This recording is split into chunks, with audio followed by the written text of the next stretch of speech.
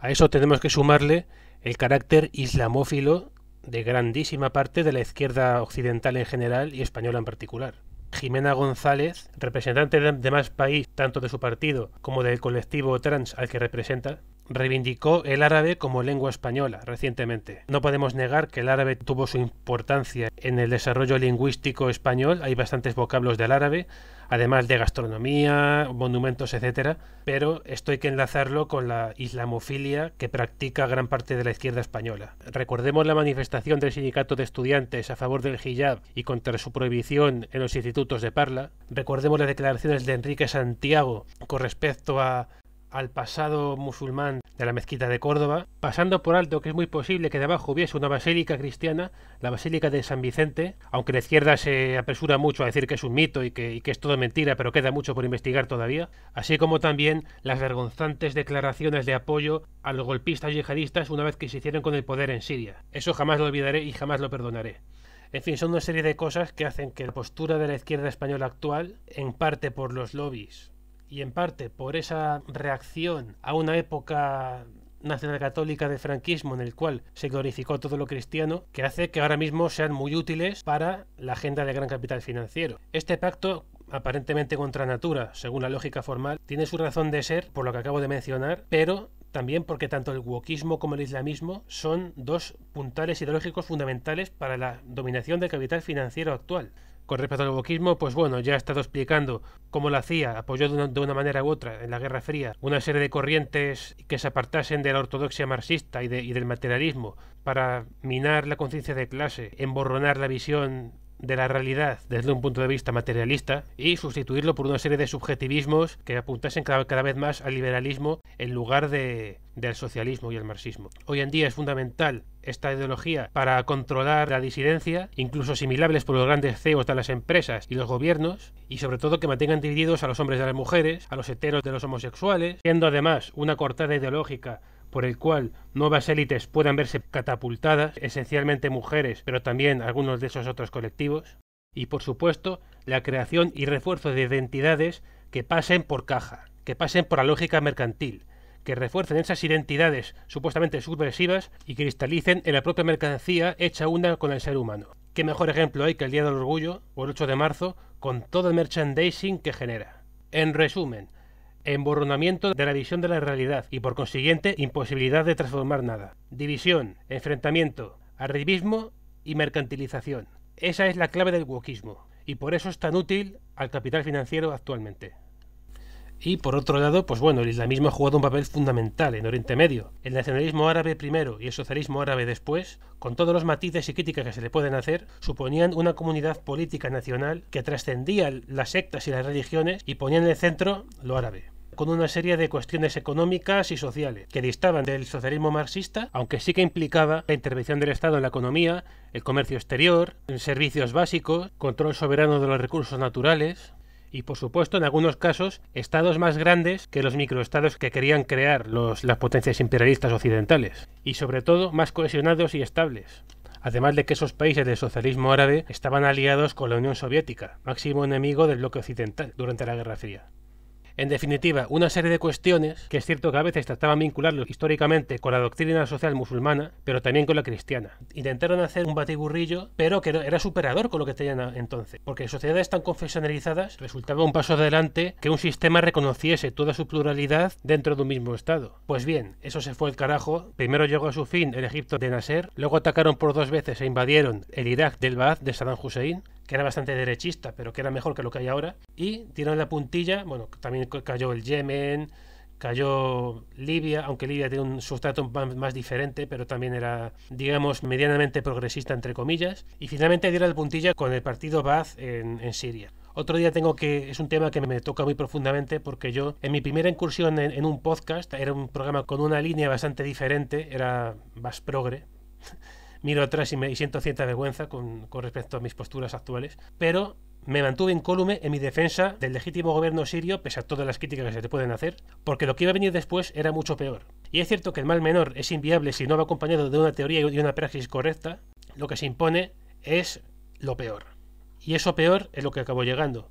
el yihadismo más retrógrado que se puede uno echar a la cara. Cierto es que no era tan desembozado como el Estado Islámico o Al-Qaeda, pero es enormemente regresivo con respecto a lo que tenemos ahora. Persecución de cristianos, de alawitas, que es la rama más progresista del Islam y desde mi punto de vista la más preparada para el mundo moderno, además de que persiguen incluso a homosexuales, travestis y minorías sexuales de todo tipo, frente al silencio cómplice de los woke que supuestamente lo defienden.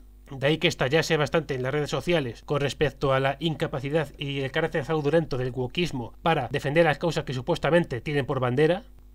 Pues bien, recapitulando, en clave geopolítica y de clase, ha sido fundamental el islamismo para dinamitar cualquier movimiento integrador de las sociedades de Oriente Medio, en pro de una homogeneización forzosa del islamismo suní y la destrucción de cualquier proyecto que iba en contra de la agenda política anglosajona, que ya desde muy pronto apoyaron a la fundamentalista y wahabita monarquía saudí.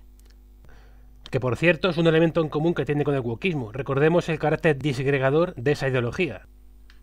Pues bien, ese capital financiero internacional y occidental en particular, que tanto interés tenía en la implantación de esos regímenes fundamentalistas en el Golfo y en Oriente Medio en general, es la que ahora financia las mezquitas y esparce las versiones más conservadoras y reaccionarias del Islam, a lo largo y ancho del mundo y también y en concreto de Europa. De hecho, se podría decir que el wahabismo es la versión particular del globalismo o la globalización en los contextos islámicos, y se ve en cómo el niqab, que es de las prendas más rigoristas, se está expandiendo por países en los que antes no tenía presencia. Estas élites, que se hicieron ricas vendiendo petróleo a todo el mundo, con especial importancia a Occidente, los famosos petrodólares, están expandiendo a otros sectores económicos más de carácter especulativo e inmobiliario y deportivo, con clubes de la talla del PSG o del Manchester City. Han organizado mundiales de fútbol construyendo estadios a base de trabajo esclavo y semiesclavo, con multitud de muertos en el proceso, celebrando así un mundial con las condiciones objetivas peores posibles para jugarlo. Y no olvidemos tampoco la celebración de la Supercopa de España con 4 equipos, lo nunca visto, en Arabia Saudí. La Supercopa de España en Arabia Saudí. Lugar, por cierto, donde acosaron sexualmente a las jugadoras del equipo femenino del Mallorca Club de Fútbol. Para silencio oprobioso y cómplice de los progres, para variar. Unos progres que no dudaron en montar en cólera con el pico de Rubiales, pero en este caso, donde sí que estaba claro el motivo libidinoso, no dijeron nada.